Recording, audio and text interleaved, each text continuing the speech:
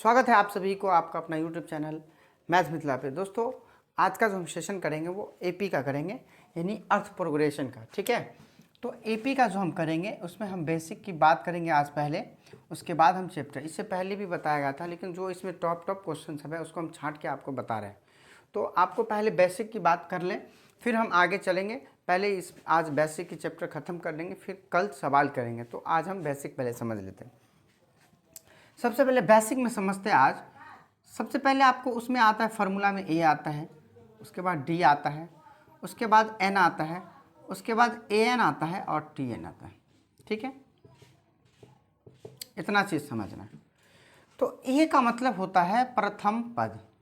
ठीक है, इसे हम पहला पद भी कहते हैं। क्या कहते हैं? पहला। डी का मतलब होता है सार्व अंतर, या इसे अंतर भी कह सकते हैं या भिन्न भी कह सकते हैं। ठीक। एन का मतलब होता है संख्या। इस संख्या के जगह पे कहीं पे वां पद भी दे दिया जाता है। इस संख्या के जगह पे कहीं पे वां पद भी आपको मिलेगा, जैसे पांचवां पद, छठावां पद, सातवां पद। तो वां पद का मतलब ही होता है एन। ठीक है, क्लियर यहाँ तक? ये ए एन या टी एन, इसका मतलब होता है अंतिम पद। ठीक है, इसमें आता है कितने पद, कितने पद, क्या हो जाता है? कितने पद, इसी में आ जाता है। तो आपको ए एन टी एन याद रखना है, कितने पद या अंतिम पद। एन याद रखना है संख्या है या वापद है, ये इस चीज़ को ध्यान रखना है आपको। उसके बाद आता है डी यानी सार्वांतर, अंतर, भिन्न, और आता है आपका ए प्रथम पद, और इसे हम कहते हैं पहला पद भी।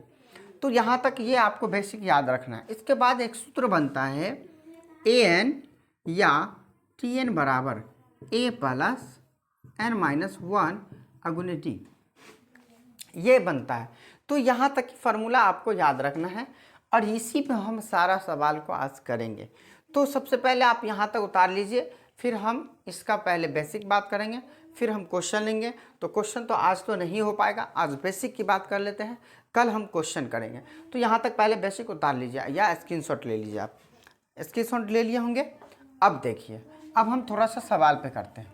सवाल किस टाइप से आता है ये आपको ऑब्जेक्टिव में, ये ध्यान दीजिए। जैसे आपसे पूछेगा 2, 4, 6, 8, 10 का एपी ज्ञात करें यदि इसका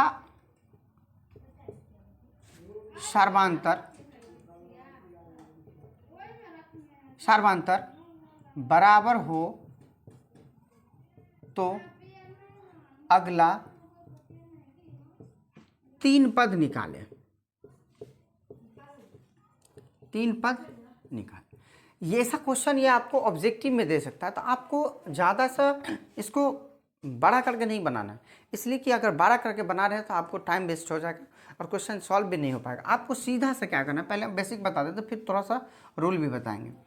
पहले जितना नंबर है ना, इस सब को नंबर को मानिए। A1 है, पहला है तो A1, दूसरा है तो A2, तीसरा है तो A3, चौथा है तो A4, पाँचवा है तो A5। ठीक है, यहाँ तक 2 हो गया, 4 हो गया, 6 हो गया, 8 हो गया, 10 हो गया, यहाँ तक के लिए। अब हमें सार्वांतर निकालना। हमें क्या पूछ रहा है? यदि इसका सार्वांतर बराबर हो, तो हमें सार्वांतर निकालने के लिए क्या होता है? सार्वांतर का फॉर्मूला होता है सार्वांतर बराबर होता है दूसरा पद घटे पहला पद। लेकिन इसे इंग्लिश में जब लिखेंगे हम, तो डी बराबर होता है A2 माइनस A1। आपको शॉर्ट करना है, इसको जितना शॉर्ट कीजिएगा उतना ऑब्जेक्टिव में काम आएगा, और ये सब क्वेश्चन आपको ऑब्जेक्टिव में ही पूछा जाएगा। तो ये सब ऑब्जेक्टिव के लिए बताया जा रहा है। बेसिक फार्मूला डी बराबर हो गया आपका A2 माइनस A1। तो A2 का मान है आपका 4 और A1 का मान है 2, इसको घटाएंगे तो 2। फिर हम डी निकाल के देखते हैं। अगला A3 माइनस A2, A3 का मान है 6, A2 का मान है 4, फिर घटाएंगे 3, फिर A4 माइनस A3, ये 4 का मान कितना है 8 माइनस 6, इसको भी घटाएंगे। यानी इस तरीका से हम देख पा रहे हैं कि सभी डी का जो मान है 2 2 है। इसका मतलब ये हमें पता चलता है कि मेरा जो सार्वधातुक है वो बराबर है, क्या है, ये जो मेरा सार्वधातुक हम देखने को मिल रहा है हमको, ये हमें मिल रहा है कि ये बराबर है। तो जब बराबर है तो हमें कह रहा है कि अगर बराबर है तो अगला 3 पद निकालना है, यानी 10 के बाद वाला 3 संख्या निकाल के देना है आपको। तो 10 के बाद ना अंतराल कितना का सबका था 2 2 का, तो इसमें भी 2 ही जोड़ेंगे तो 12 हो गया। फिर 12 में 2 को जोड़ेंगे 14 हो गया। फिर 14 में 2 को जोड़ेंगे 16 हो गया। यानी इस तरीका से आपका अंतराल 3 आगे निकल गया। तो अगला 3 पद जो निकला है वो 12 14 16, इस तरीका से आपको सवाल पूछ सकता है। अब आप इसे दिमाग से कैसे बनाना है आपको ध्यान रखना है। अंतराल मतलब होता है जो लगातार आने वाली संख्या, यानी 2 के बाद 4 आया, 4 के बाद 6, 6 के बाद 8, 8 के बाद 10। तो देखना है दोनों सब में अंतराल कितना कितना का अंतराल। देखिए सब में अंतराल 2 2 का मिलेगा आपको, है 2 2 का अंतराल सब में दिख रहा है आपको। तो बिल्कुल यानी इस तरीका से हमें पता चल गया कि इस सब का जो सार्वधातुक यानी डी है वो 2 2 का है। अगला हमसे 3 पद पूछ रहा है आगे, तो 10 के 3 पद 2 ही का अंतराल है। 10 में 2 जोड़िए 12, फिर 12 में 2 जोड़िए 14, 14 में फिर 2 जोड़िए 16, तो 3 पद निकल गया। अगला 3 पद, तो इस तरीका से आप बना लेंगे। अब आपके मन में एक डाउट आता होगा ये कि सर आप ये बताइए कि अगर इसको बराबर ना करें तो देखिए बराबर नहीं करने पर क्या आता है।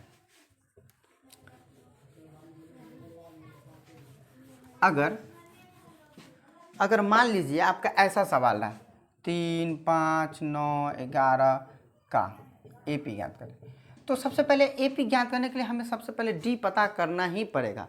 इसके लिए आपको डी निकालना ही पड़ेगा, कुछ भी हमको निकालना पड़ेगा। तो डी निकालने के लिए फॉर्मूला हम अभी बता दिए हैं। डी बराबर क्या होता है A2 माइनस A1। तो A2 का मान 5 है, A1 का मान 3, घटाएंगे तो फिर ए डी बराबर निकाल के देखेंगे A3 माइनस A2, यानी A3 का मान है 9 और A5 का मान है 5, यानी 4। क्या हमें ये 2 और 4 बराबर है? बिल्कुल नहीं। तो हमें ये AP नहीं बना सकता और इसमें आपको अगला पद भी नहीं देगा। एक स्टेप ये देगा आपसे, इसमें अंतराल नहीं है बराबर, तो आप लिखेंगे अतः यह AP में नहीं है, लिख सकते हैं। अब अगला देखिए, अब अगला क्या देगा आपको, मान लीजिए कहेगा यदि A बराबर 10 और डी बराबर B ये रहता है, B बराबर इतना, ठीक। तो पूछेगा 4 पद ज्ञात कीजिए। तो 4 पद निकालने के लिए आपको क्या करना होगा, फार्मूला लगाना पड़ता है। यानी लगातार संख्या निकालने के लिए A plus B A plus 2, sorry यहाँ पे D आएगा, D A plus 2D plus A plus 3D। यानी इस तरीक़ा से आपको कितना बोला 4 ना, तो 4 बोला है तो 1 घटा के 3 तक लेना है। अगर 5 बोलता तो 1 घटा के 4 तक लेते। ए का मान मेरा 10 है, 10 रख लीजिए। ए का मान 10 और डी का मान 10, फिर ए का मान 10, 2 गुने डी का मान 10, फिर ए का मान 10, फिर 3 गुने डी का मान 10। अब 10 का मान 10 10 कितना हो जाएगा 20, 10 दूनी 20 और 10 कितना हो गया 30, 10 या 30 10 40। ऐसे करते करते आपको जितना मान पूछेगा आप इस तरीक़ा से पूरे मान को निकाल सकते, कहीं भी आपको कोई दिक्कत नहीं आएगा। इस तरीक़ा से आपको कहीं भी कोई भी सवाल अगर दे दे तो आप इसे आसानी से हल कर पाएंगे और ये आपको क्वेश्चन ऑब्जेक्टिव में देखने को मिलेगा। समझ रहे हैं बात? वीडियो अच्छी लग रही है तो लाइक कमेंट सब्सक्राइब कर लीजिएगा और दोस्तों में शेयर ज़रूर कीजिएगा, ठीक है। अब देखिए एक सवाल और हम आपको बताते हैं, बेसिक क्या है, आपसे पूछेगा A बराबर 2 है, D बराबर इतना है, N बराबर 8 है, AN बराबर क्या होगा। तो हमें AP में एक ही फार्मूला है, आपको याद रखना है AN बराबर A प्लस N माइनस 1 गुने D, बस इतना ही याद रखना है। ये AP में हर AP में आपको काम आएगा, एक ही फार्मूला है इसका। समझ रहे बात? अब देखिए AN का मान हमें दे दिया है कुछ नहीं, तो AN कुछ नहीं रखना है, ऐसे जिसको जैसा वैसे छोड़ते चलना है। A का मान 2 है 2 रखिए, N का मान 8 है 8 रखिए, D का मान 3 है 3 रखिए। हमें AN ही तो निकालना है। 2 प्लस 8 में से गया 7 गुने 3 यानी 2 + 7 या 21 और 2 कितना हो जाएगा 23, यानी ए एन का मान हमें हो गया 23। अब ए एन के हटा के यहाँ पे 23 दे देंगे तो मेरा पूरा का मान कंप्लीट हो गया। तो ये आपका एक्सरसाइज 5.1 का बेसिक था। दोस्तों ये बेसिक जो है ना आपको कहाँ काम आएगा, अगला 5.2 में। तो आप इसे अच्छे से समझ के वीडियो को कमेंट में बता देना है आपको कि हाँ सर मुझे समझ में आ गया। तो मैं कोशिश ज़रूर करूँगा 5.2 का पूरा क्वेश्चन आप लोग को बताएं और उसमें सारा क्वेश्चन जो भी मोस्ट VB1 क्वेश्चन है सारा को प्रोवाइड कराएंगे। अगर वीडियो अच्छी लगी हो तो लाइक कमेंट सब्सक्राइब कर लेना, दोस्तों में शेयर कर लेना। फिर मिलते हैं हम अगले वीडियो में एक्सरसाइज 5.2 लेके। चलिए, थैंक यू।